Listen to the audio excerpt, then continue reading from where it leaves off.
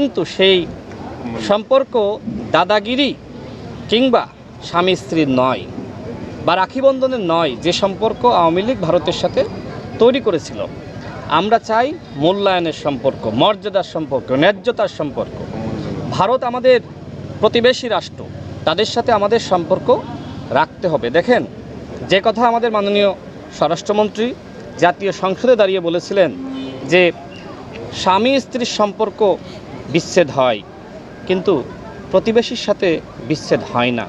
সুতরাং ভারতকে আমি বলবো যে আপনারা সম্মানের সহিত মর্যাদার ভিত্তিতে এদেশের জনগণের সাথে আপনারা সম্পর্ক তৈরি করুন। এই মুহূর্তে ভারতীয় যিনি হাই কমিশনার, তিনি একজন রাজনৈতিক ব্যক্তিত্ব। তার বক্তব্য, কথাবার্তাগুলো খুবই ইতিবাচক আমার কাছে মনে হয়েছে। এই প্রথম ভারতের পক্ষ থেকে বলা হয়েছে যে আমরা বাংলাদেশের জনগণের সাথে সম্পর্ক চাই, এবং বিএনপির যে সবার আগে বাংলাদেশ স্লোগান, এটিকে তারা গ্রহণ করেছে। ঠিক আমরা তাদেরকে বলতে চাই, যদি প্রকৃতপক্ষে আপনারা এই স্লোগানকে আপনারা বোঝেন, এদেশের জনগণের চাওয়া পাওয়াকে আপনারা অনুধাবন করতে পারেন, তাহলে সীমান্তে কোনো হত্যার ঘটনা ঘটানো যাবে না।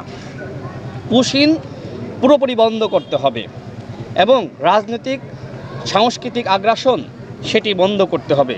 আপনাদের মাথায় রাখতে হবে, এই সরকার বিএনপির সরকার, এটি আওয়ামী লীগের সরকার নয়।